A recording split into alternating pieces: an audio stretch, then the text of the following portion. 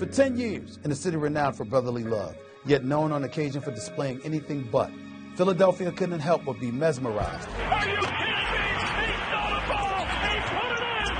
by this sensational mercurial guard born and raised nearly 300 miles away, yet proudly and unapologetically claimed as its own.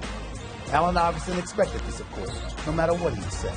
Whenever the history he was hell-bent on making between the lines was threatened by perceptions of who he was or when he'd fall, Iverson knew all that would be required was one thing: the answer.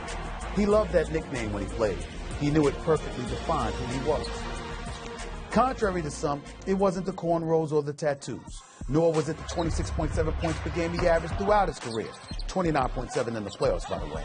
To Iverson, it was also his defiance, that bleep everybody persona he wore proudly along with his diamonds.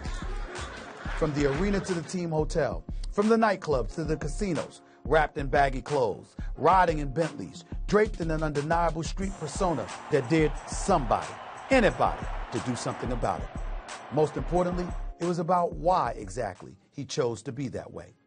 To know him is to know that he came from nothing, that he rarely spoke of it, that instead of lamenting his ascendancy from poverty and incarceration, he was proud that he overcame, not just that he had achieved.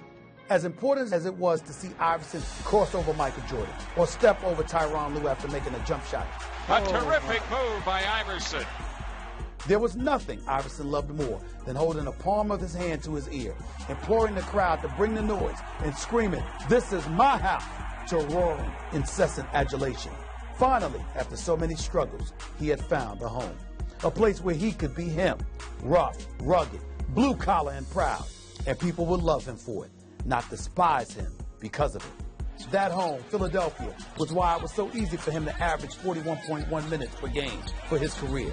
It's what ultimately propelled him to becoming a 4-time league scoring champion and a league MVP.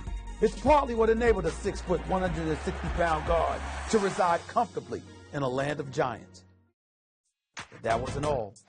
There was always an insatiable appetite to succeed, to quiet the doubters, and to do so in a way that never compromised who he was and his zest to accomplish greatness his way, even if the words he uttered, like practice, occasionally got in the way.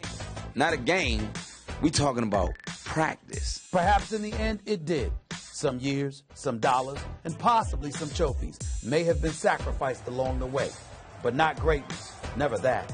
Because when discussing the greatest little guards in the history of basketball, the conversations begin with Isaiah Thomas and Nate Tiny Archibald, the Mount Rushmore of little men. It ends with Iverson. 2 of them are already in the Hall of Fame. And now, there will be number 3. Iverson!